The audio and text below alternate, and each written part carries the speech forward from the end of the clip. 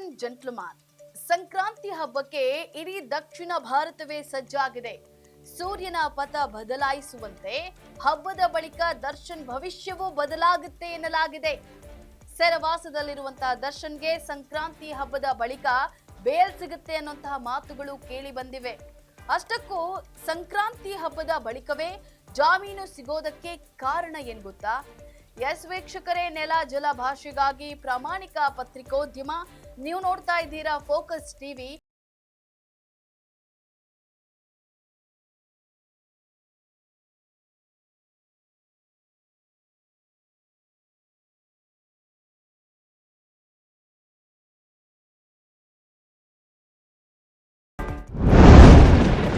ಕಳೆದ 6 ತಿಂಗಳಿನಿಂದ ದರ್ಶನ್ ಸೆರೆವಾಸದಲ್ಲೇ ಇದ್ದಾರೆ. ತಮ್ಮ ಅಭಿನಯದ ಡೆವಿಲ್ ಚಿತ್ರ ರಿಲೀಸ್ ಆದಾಗ್ಲೂ ಅಬ್ಬರಿಸದೆ ಅಭಿಮಾನಿಗಳಿಗೆ ಪತ್ರದ ಮೂಲಕ ವಂದಿಸಿದ ದರ್ಶನ್ ಕೋರ್ಟ್ ವಿಚಾರಣೆಗಳ ಸುಳಿಯೊಳಗೆ ಸಿಕ್ಕಿಬಿದ್ದಿದ್ದಾರೆ. ಆದರೆ ದರ್ಶನ್ಗೆ ಈ ಬಾರಿಯ ಸಂಕ್ರಾಂತಿ ಹಬ್ಬ ಗುಡ್ ನ್ಯೂಸ್ ಕೊಡಬಹುದು ಅಂತ ಹೇಳಿ ಅವರ ಅಭಿಮಾನಿಗಳು ಕಾದು ಕುಳಿತಿದ್ದಾರೆ. ಸಂಕ್ರಾಂತಿ ಹಬ್ಬ ಮುಗಿತಾ ಇದ್ದಂತೆ ಡಿ ಬಾಸ್ಗೆ ಸೆರೆವಾಸದಿಂದ ಮುಕ್ತಿ ಸಿಗುತ್ತೆ ಅನ್ನುವಂತ ನಿರೀಕ್ಷೆ ಅಭಿಮಾನಿಗಳಲ್ಲಿದೆ.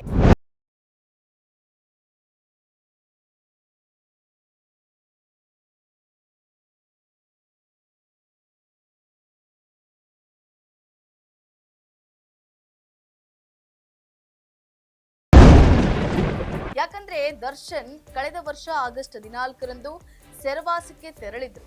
ಅಂದಿನಿಂದ ಇಂದಿನವರೆಗೂ ದರ್ಶನ್ ಪರಪ್ಪನ ಅಗ್ರಹಾರದ ಸೆಲ್ಲಲ್ಲೇ ಕಾಲ ಕಳೀತಾ ಇದ್ದಾರೆ.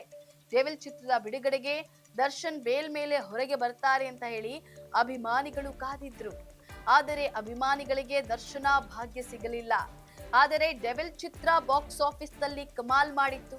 ಹೀಗಾಗಿ ದರ್ಶನ್ ಪರಪ್ಪನ ಅಗ್ರಹಾರದಿಂದ ಕೋರ್ಟ್ನಿಂದ ಸೆಲ್ಗೆ ಮಾತ್ರ ಓಡಾಡ್ತಾ ಇದ್ದು ಬೇರೆಲ್ಲೂ ಕಾಣಿಸಿಕೊಳ್ಳಿಲ್ಲ.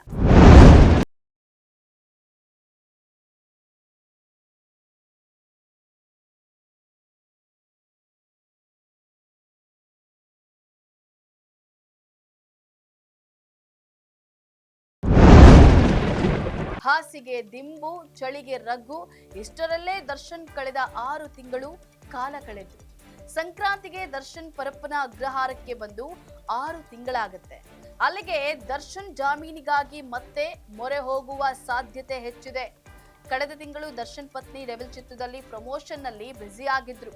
ಈ ತಿಂಗಳು ಸೈಲೆಂಟ್ ಆಗಿರುವಂತಹ ವಿಜಯಲಕ್ಷ್ಮಿ ಸದ್ದಿಲ್ಲದೆ ಪತಿಯ ಜಾಮೀನಿಗೆ ತಯಾರಿಯನ್ನ ನಡೆಸಿದ್ದಾರೆ ಎನ್ನಲಾಗಿದೆ.